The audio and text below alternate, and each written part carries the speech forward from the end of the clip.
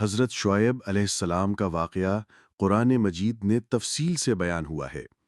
آپ کا تعلق مدین نامی بستی سے تھا، اسی لیے آپ کو صاحب المدین بھی کہا جاتا ہے۔ مدین کے لوگ تجارتی قوم تھے، مگر ان میں بڑے بڑے گناہ پائے جاتے تھے۔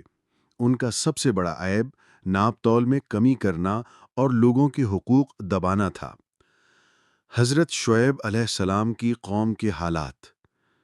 مدین کے لوگ تجارت میں دھوکہ دہی کرتے، ناپ تول میں کمی کرتے اور دوسروں کے مال کو ناجائز طریقے سے کھا جاتے تھے۔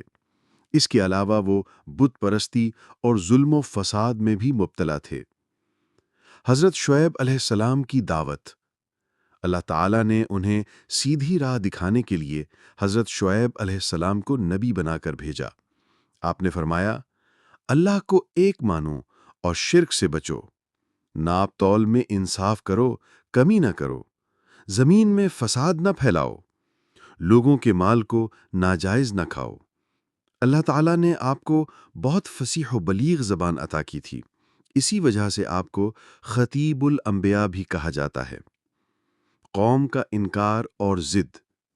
قوم مدین نے آپ کی نصیحت نہ مانی اور مذاق اڑانے لگے۔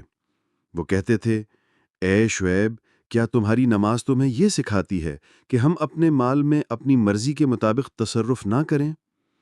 انہوں نے ڈرانا دھمکانا بھی شروع کر دیا کہ اگر آپ ان کے دین کو نہ مانیں تو وہ آپ کو اپنے شہر سے نکال دیں گے۔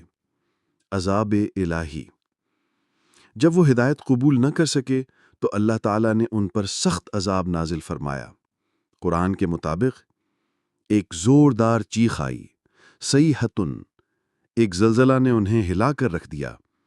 وہ اپنے گھروں میں بے جان پڑے رہ گئے جیسے کبھی بسے نہیں تھے۔ یوں پوری قوم تباہ ہو گئی اور صرف حضرت شعیب علیہ السلام اور جو لوگ ایمان لائے تھے وہ بچا لیے گئے۔ سبق۔ حضرت شعیب علیہ السلام کی قوم کا واقعہ ہمیں یہ سبق دیتا ہے کہ ناپ تول میں کمی اور معاشی بددیانتی اللہ کے نزدیک سخت جرم ہے۔